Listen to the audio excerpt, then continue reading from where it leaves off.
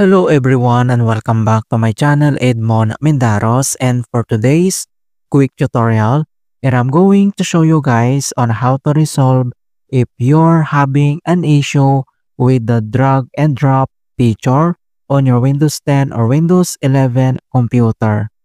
So drag and drop is a useful feature that lets you quickly move files and folders around your computer. And most of the common various reasons are a corrupt or outdated mouse driver, incorrect drag and drop sensitivity settings, and interference from the third-party applications. And without further ado, and let's go ahead. And the first solutions we will do is to restart the Windows Explorer. All you have to do is to right click on a taskbar or press the keyboard shortcut Control plus Shift plus Escape to open Task Manager. So dito lang sa blank space area ng ating taskbar, so kailangan mo lang mag right click and select mo lang dito yung Task Manager. And once na open mo na tong Task Manager, so dito lang sa Processes tab ay kailangan mo lang i-locate dito yung Windows Explorer. Or dito naman sa searching address bar dito sa gitna ay pwede natin i-search yan. So click mo lang yan and type mo lang dito yung Windows Explorer. And automatic naman na mag-appear kagad dito once na type na natin dito sa searching address bar. So ang gagawin natin dito is i-end task natin or restart. Okay, so select and right click and then select mo lang dito yung end task. Alright, so click mo lang yan. Okay, so after dito sa Task Manager, and the other solution na pwede natin gawin is to reset the Explorer.exe process. So all you have to do is to open up on a search menu. And dito sa search for apps, so kailangan mo lang i-type dito yung settings. And click mo lang dito yung open. And once na open mo na tong settings, so dito lang sa system at dito sa right side ay kailangan mo lang mag-scroll down. And then select mo lang dito or i-tap mo dito yung about. And dito sa about and under dito sa device specifications, so kailangan mo lang i-select dito yung advanced system settings. So i-click mo lang yan.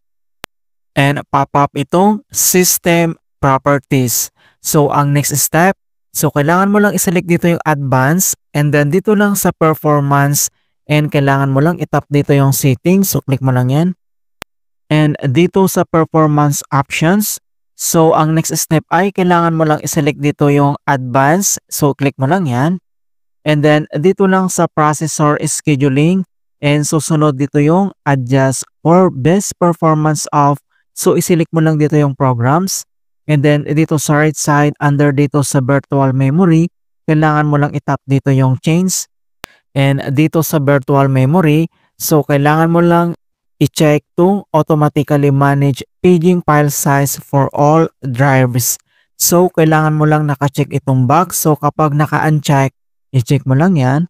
And then next step ay click mo lang dito yung OK. And click OK.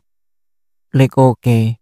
Alright, so after dito, and the next solution na pwede natin gawin is to run the SFC and DSIM scan. So all you have to do is to open up on a search menu. And dito sa search for apps, so kailangan mo lang i-type dito yung CMD or ito yung tinatawag na command prompt and kailangan mo lang mag-right click. And select mo lang dito yung run as administrator. If you receive user account control and i-tap mo lang dito yung yes. And once na open mo na itong administrator command prompt, ang next step ay kailangan natin i-enter dito yung command keyword na dsym space / online space / cleanup - image space / restore health. So gamitin mo yung keyboard shortcut na Control plus C para makopy lang natin yan. And then ipipaste natin dito, gamitin mo yung keyboard shortcut na Control plus B and press mo lang yung enter. And deployment, image servicing and management tool. So dito ay kailangan lang hintay na makomplete ang verifications into 100%. And the restore operations completed successfully.